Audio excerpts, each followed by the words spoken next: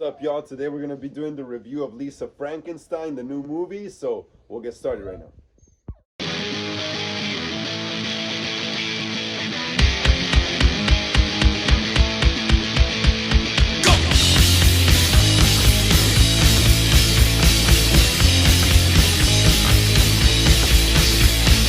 Now you know that I would never bother you.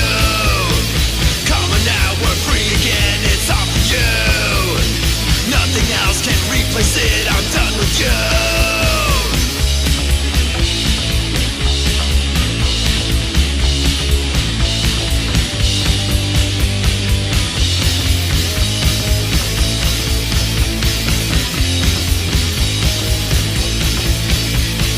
Now you seek the truth again, it's not for you. Don't you dare to congregate, I'm right for you. Plastic faces everywhere, made just for you.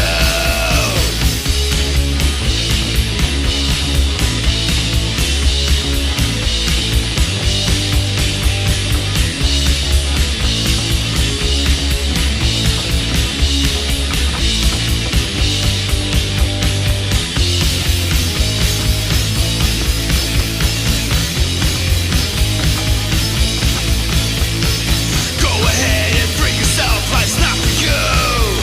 Slit your wrist and don't get pissed, hard times for you. Don't forget to What's up again, Hollywood Horror Film Club, Ghostface, and Michael Myers collectors. Thank you for joining me here on the channel for another video today on this Saturday. And today is the video for the Lisa Frankenstein movie review. But before we start, please hit the like and subscribe button. It really helps the channel. Hit the bell notifications to be notified when I upload new videos. And hit the comments below and share these videos with everyone you know so we can keep making more horror content here on the channel. Alright, so I waited like almost a week since I seen Lisa Frankenstein to do a review because I wanted to do a spoiler review. Here it goes. The movie's awesome. It's an awesome, fun movie. A lot of 80s throwbacks in it. It's pretty goth and punk rock is one of the main reasons why I liked it, and because it takes place in the 80s. You know, I just love movies that take place in that time period. It's just so, like, even though I wasn't around in the 80s, I was born in the 90s and grew up in the 90s, and a lot of stuff from the 80s carried over into that time period too as well, you know. Yeah, but like I said, yeah, this movie it's a fun movie. It's a fun movie. Go watch it if you get a chance. It's very unique. It's different. To me, it reminds me of, it kind of feels like an 80s Valley Girl. I don't know if you ever seen the movie Valley Girl, where the punk rock guy and the normal popular girl fall in love, you know? It's kind of like that, but this time it's two weirdo people that actually come together instead of the opposites attract kind of thing, like in those movies, you know? But overall, it did have the same themes in it, pretty much. Love at first sight kind of shit. What else? Getting mad at the guy that she likes, you know. Friend zoning the guy that likes her until she realizes that he's the right guy, you know. So pretty much the same thing, except that it's a goth version. Like I said, it's like a goth Valley Girl. What else?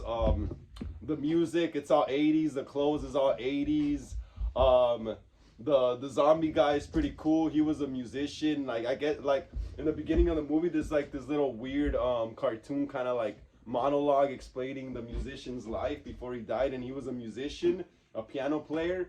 I guess he was in a band with some other guy, a guitar player, and he loses the girl he likes to the guitar player, and then he dies or something. And I don't really remember how they explain how he lost his hand, but you just see him without a hand when he comes back to life years later. The tanning bed, I honestly thought that the tanning bed was gonna have more significance in the movie, because in the trailer it seems like she uses the tanning bed to bring him to life. You know how they show in the trailer where he, like, the monster dude's trying to sit up and he bumps his forehead, kind of like the "it's alive" from the original Frankenstein. Yeah, I honestly thought Lisa Frankenstein was gonna dig up his body. I was literally waiting for that. Like, I was waiting for that in the theater. I was like, so how does he come to life? Because it seems like she brings him to life, but I was watching the movie and she never once digs him up or nothing. It's just some kind of lightning bolt that hits the that abandoned cemetery and hits his grave, and that's what brings him to life. Yeah, which is crazy because I honestly thought they were gonna that was gonna be like the main way they brought him to life was the tanning bed. I thought the tanning bed was gonna be but it does play a significant role in the end too, still though. So it did its job. So yeah, so the monster he finds out where Lisa lives, which is a trip. At first, when he breaks into her house, he looks like Swamp Thing. I don't know if any of you are familiar with Swamp Thing, that green sludge monster that lives in the swamp, that cartoon. Yeah, he looks like that. Like his face is all dark and like muddy, and clothes looks all dirty, full of dirt. Then she gives him new clothes, and he takes a shower, and progressively he starts getting less and less and less zombie disgusting. You know, he starts becoming more and more like, I guess, human. He starts looking less like a zombie and more normal as time goes on. Yeah, so basically, and it's weird because in the beginning, it seems like Lisa's in love with this dead guy, right, with this statue, but she's actually not in the beginning, which is funny, you know, which is really crazy because it plays into this whole thing of like girls don't mean what they say, you know. So yeah, she's right there. I guess she had a shitty day at school or something, and she goes to that dead dude's grave. And she's all saying that she wishes she was underneath the ground with him or dead with him. And that makes him think that she's in love with him too. Yeah. She leaves her mom's rosary at the grave, and when the monster finds her at her house, he has it, proving to her that he was the corpse in the grave. And then, like I said earlier, the monster overheard her when she said she wished she was dead because people are suck or something like that. I forget. So the monster hears her say that she wishes she was underground with him. So he takes that literal, you know. And when he breaks into her house and finds her, he tells her that, and she's like, "Oh no, I didn't mean that." She's like, "I didn't mean it like that. Like she meant it like I wish I was dead. Not I meant I was with you, literally, you know." So it's pretty funny, you know. It plays into the whole thing of girls not meaning what they say. For a brief moment, she friend zones the monster zombie guy. Which is pretty funny because you could tell he's in love with her, but she's all chatting about some other dude that she's into, you know, typical friend zone stuff. Yeah, and it's pretty funny, you know, because he's there just like, what the hell, you know, I thought she was into me and she's still into this other jerk and stuff. And then it turns out later that her stepsister is sleeping with the jerk guy. And like I forgot to mention earlier that Lisa's mom is killed in the beginning of the movie in a flashback scene by some intruder, some serial killer with an axe, which was pretty cool. And I guess that's why she becomes all traumatized and stuff like that. Yeah, so like the sister's sleeping with that jock guy or that asshole guy. And then Lisa finds out, and then she goes over to, I guess, try to sleep with them too, but finds them together. And she's all complaining to them, and next thing you know, the zombie dude, I forget his name again, dude. He comes with an axe and starts chopping off the jock dude. He cuts off his, you know, his private part. He chops him into bits, and then he's about to kill the stepsister, but Lisa stops him. And then they go back to the cemetery to cover up the body because the cops are looking for that one kid's body, the one that tried to like assault S.A. Lisa Frankenstein in the party scene in the movie. She leads them down to the cemetery, and her and what's it called? That zombie guy kill him, and they cut off his hand and sew it on the zombie dudes. Let me see. They killed a stepmom with, I don't know, he has just some kind of like makeup box or something, or some kind of trunk, and just smacks her on. Such a basic death. It was so basic. He just pops up behind, boom, back of the head. She's dead. They get rid of her. They bury her too. The cops are onto them. It also reminds me of that movie Natural Born Killers when they're just driving around. You know, I don't know if any of you are familiar with that movie. That's an old movie, but yeah, that's what they do in that movie too. They just drive around killing people, and that's what that reminded me here too of Natural Born Killers. Also, Edward Scissorhands, kind of, but not too much because it's less romantic than Edward Scissorhands. Edward Scissorhands actually takes itself pretty serious, while Lisa Frankenstein does not. It's like a horror comedy mixed into one, you know. So it's very campy, very cheesy, but in a good way, that old school kind of cheesy. Yeah, so like by the end of the movie, I guess Lisa, they're gonna about to find out she was killing people. along with that zombie guy, and I guess to try to escape her punishment or whatever.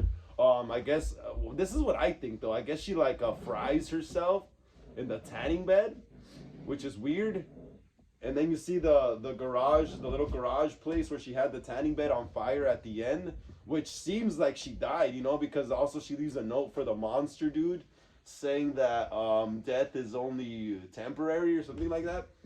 And next thing you know, after that, like you see the dad and the stepsister leaving what's it called, flowers at Lisa's grave, and also there's evidence that the monster, but they don't know that he's right there going to visit her grave as well, because it says beloved wife or something like that on her grave, like carved in. And then towards the end already, you see the monster reading some poetry on a bench. Looks like he's by himself. And as the camera pans around him, you see what looks to be like Lisa, like laying on his lap with her head on his lap, chilling. And she's got like bandages and shit all over her. She has like shades on, and she has like a hood covering her head. Which is crazy because it seems like she survived the fire, or he brought her back to life somehow, which is unexplained to me, and it kind of leaves it open to a sequel. Honestly, I wouldn't mind seeing a sequel to this, because I would want to know how the hell she survived. How the hell did she, fucking survive that fire, bro? You can't survive a fire like that. You're gonna look fucked up. And she barely looked like even scratched. She looked really pale, but you couldn't really see the rest of her body because it was covered with bandages, so there might be some damage to her. But yeah, that's pretty much it. What happened? It was an awesome movie. I really loved it. I love 80s movies, especially movies that take place during the 80s. It's such an awesome time frame for film and music. Especially campy movies like this. This was like this was like Twilight, but done way better, because it's like horror and comedy. It's not like super serious, like I said earlier, like Edward Scissorhands or Twilight even. It was kind of Beetlejuice. It kind of has some Beetlejuice vibes too, like when you looked at the architecture around of the neighborhood where they live. It looked very fantasy, very fairy tale, especially the cemetery. Very, very fairy tale, like very Beetlejuice, like very Tim Burton. Pretty much what I'm trying to say. Yeah, but it was, like I said, it's a great movie. Y'all should check it out if you get the chance this weekend. I might go see it again. It was a badass. I love it. The actors did great. Catherine Newton was gorgeous in it, dude, as Lisa Frankenstein. Cole Sprouse was fucking, he's a badass actor, bro. I haven't seen him act in anything in a while, and yeah, this dude's got the chops like nothing. This dude could pretty much be anything. That he played a great zombie. That shit was awesome. He barely even talks until the end, like I said, when he's reading poetry. Yeah, but thanks again, Hollywood Horror Film Club, for joining me here on the channel for another video today on this Saturday. This time for the review of Lisa Frankenstein, the new movie. Like I always say, please hit the like and subscribe button. It really helps the channel a lot. Hit the bell notification to be notified when I upload new videos. Hit the comments below and share these videos with anyone and everyone you know, so we can keep making more horror content here on the channel. Catch y'all next time.